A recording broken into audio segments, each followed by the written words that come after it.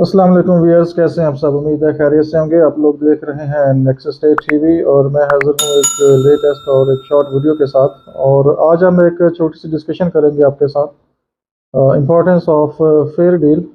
ये काफ़ी common issue रहा है मार्केट में और काफ़ी लोग एतराज़ भी करते हैं और अक्सर कुछ लोग क्वेश्चन भी करते हैं कि डीलर हजरात जो हैं वो फेयर डील क्यों नहीं करवाते।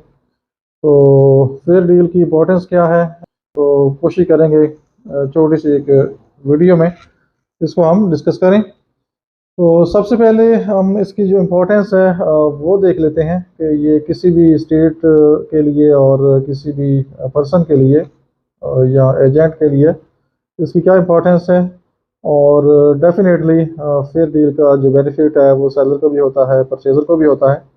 तो इसके ऊपर भी थोड़ी सी रोशनी डालेंगे। तो पहले कुछ बातें हैं जो कि नॉर्मली स्टेट एजेंट के बारे में हैं और डेफिनेटली इंफॉर्मेशन तो सबके लिए होती हैं। तो ये वीडियो स्पेशली ज़्यादातर इसमें जो इन्फॉर्मेशन है वो स्टेट एजेंट के लिए है।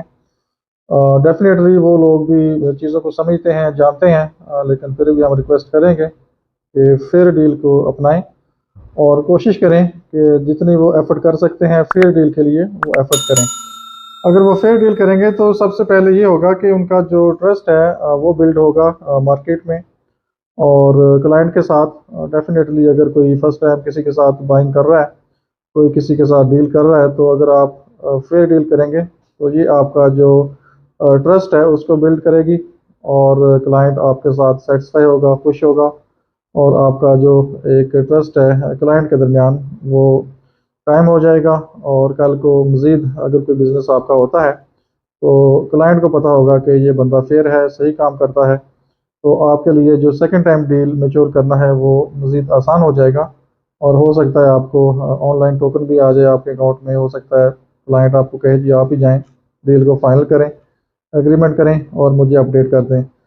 परचेज़र है या क्लाइंट है आपका, वो फिर ट्रांसफ़र टाइम पे पे ऑर्डर बना के या पेमेंट्स लेके आपके पास आ जाएगा और वहाँ पर आपकी जो भी सेलर है उसके साथ मीटिंग हो जाएगी, मुलाकात हो जाएगी और डायरेक्ट एग्रीमेंट हो जाएगा। ठीक है, तो ये एक बहुत ज़रूरी है। आपका जो ट्रस्ट लेवल है क्लाइंट के साथ उसको इन्हांस करता है ये फेयर डील सिस्टम और आपका जो क्लाइंट है वो आपसे सेटिस्फाई होता है। सेकंड नंबर पे ये है कि आपका जो इमेज है मार्केट में वो भी बिल्ड होता है और आपका क्लाइंट के साथ एक ताल्लुक बन जाता है और क्लाइंट के माइंड में आपका जो इमेज है, जो कॉन्सेप्ट है, वो बड़ा क्लियर हो जाता है कि ये स्टेट, ये बंदा फेयर काम करने वाला है। तो वो आगे फिर आपने जो भी उनके मज़ीद कोई रिलेटिव हैं, कोई दोस्त अहबाब हैं, उनमें भी आप ही का ज़िक्र करता है और आप ही का रेफ़रेंस देते हैं। तो ये बहुत ज़रूरी है।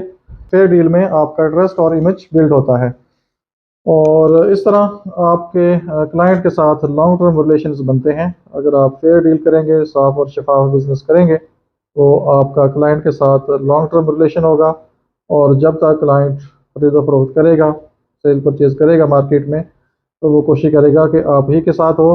अगर कोई उसने किसी और सोसाइटी में भी कोई चीज़ लेनी है तो हो सकता है कि वो आप ही को प्रेफर करे और आप ही को रिकमेंड करे कि आप फ़लाँ जगह पे मेरे लिए प्लाट देखें, कोई चीज़ देखें। तो वो हो सकता है आपको अपने साथ ही रखे इस डील में। तो इसलिए फेयर डील करें और क्लाइंट के साथ लॉन्ग टर्म रिलेशंस बनाएं। इस तरह से अगर आप फेयर डील करते हैं तो आपकी जो रेफरेंस मार्केटिंग है वो भी स्टार्ट हो जाती है। अगर आप किसी के साथ अच्छा काम करेंगे तो जो भी क्लाइंट होगा वो अपने कोलीग्स को, अपने दोस्त अहबाब को, रिलेटिव को आपका रेफरेंस देगा और वो रिकमेंड करेगा कि इस बंदे से, इस स्टेट वाले से आप प्लॉट लें, बाइंग सेलिंग करें। ये बंदा ठीक है, फेयर काम करता है और किसी किस्म की कोई परेशानी नहीं होगी। तो डेफिनेटली जब आपका रेफरेंस स्ट्रॉन्ग हो जाता है तो फिर आपको मार्केटिंग करने की ज़रूरत नहीं है। फिर आपके जो क्लाइंट हैं, इन्वेस्टर्स हैं, वो आपकी मार्केटिंग खुद ही करते हैं और आपका रेफरेंस आगे खुद ही देते हैं। तो इसलिए ये भी एक बहुत इंपॉर्टेंट चीज़ है कि आपका रेफरेंस आगे जाता है और लोग आपसे बाइंग सेलिंग करते हैं। और सबसे जो इम्पोर्टेंट चीज़ है, ट्रांसफ़र टाइम पे डीलर्स को कोई फ़ियर नहीं होता, कोई खौफ नहीं होता। ट्रांसफ़र टाइम पे वो सैटिस्फाई होते हैं अगर फेयर डील होगी। अगर मतलब फेयर डील नहीं होगी, अनफेयर होगी, तो फिर आपको बहुत ज़्यादा मसले मसाइल का सामना भी करना पड़ सकता है। और फिर या तो आप सेलर को लेट बुला रहे होंगे या परचेज़र को लेट बुला रहे होंगे। या दोनों पार्टीज ही अंदर बैठी होंगी। अगर सेलर पूछ लेता है बाहर किधर है तो आप बताएंगे जी नहीं वो बाहर है, 10 मिनट तक आ रहा है। अगर बाहर पूछ लेता है सेलर किधर है तो आप बताएंगे जी नहीं वो वॉशरूम में गया हुआ है या नीचे बेसमेंट में है, किसी काम से गया हुआ है। मीन्स कि आपकी कोशिश होगी कि दोनों आपस में मिल ना सकें। तो इसलिए कोशिश करें कि फेयर डील करें, सीधा काम करें ताकि आपको कोई परेशानी ना हो। अगर आप इसी परेशानी में होंगे हो सकता है आपको डॉक्यूमेंट्स गलत बना लें और हो सकता है कोई चीज़ आपसे मिस हो जाए जो कि इम्पोर्टेंट हो ट्रांसफ़र के लिए। तो डेफिनेटली अगर इस तरह की कोई सिचुएशन बन गई, कोई मसला मसाइल बन गया डॉक्यूमेंट्स का, तो आप लेट हो जाएंगे। आप या तो स्टाम्प वाले के पास दोबारा जाएंगे करेक्शन के लिए, और पीछे से दोनों पार्टीज आपस में बड़ी तसल्ली के साथ मुलाकात करेंगी और बड़े सुकून से मीटिंग करेंगी। और जब आप वापस आएंगे तो या तो आपकी डील कैंसिल हो जाएगी या फिर जो अनफेयर सिस्टम किसी ने अगर लगाया है तो वो इशू अगर सामने आ गया तो आपके लिए शर्मिंदगी होगी। तो बेहतर है कि फेयर काम करें, सीधा काम करें और कोशिश करें कि अपना जो ट्रस्ट है, इमेज है, उसको आप बहाल रखें।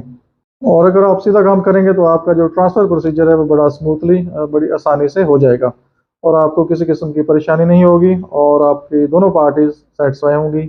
अगर सिंगल पार्टी भी आपके पास है तो वो आपसे खुश होगी इंशाल्लाह।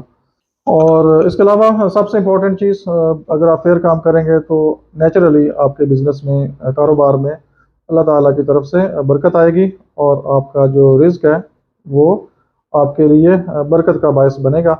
और इसलिए कोशिश करें कि सीधी बात करें, सीधा काम करें। जो रिज़्क आपके नसीब में लिखा है वो आपको मिलना ही है, उसमें कोई दो राय नहीं है।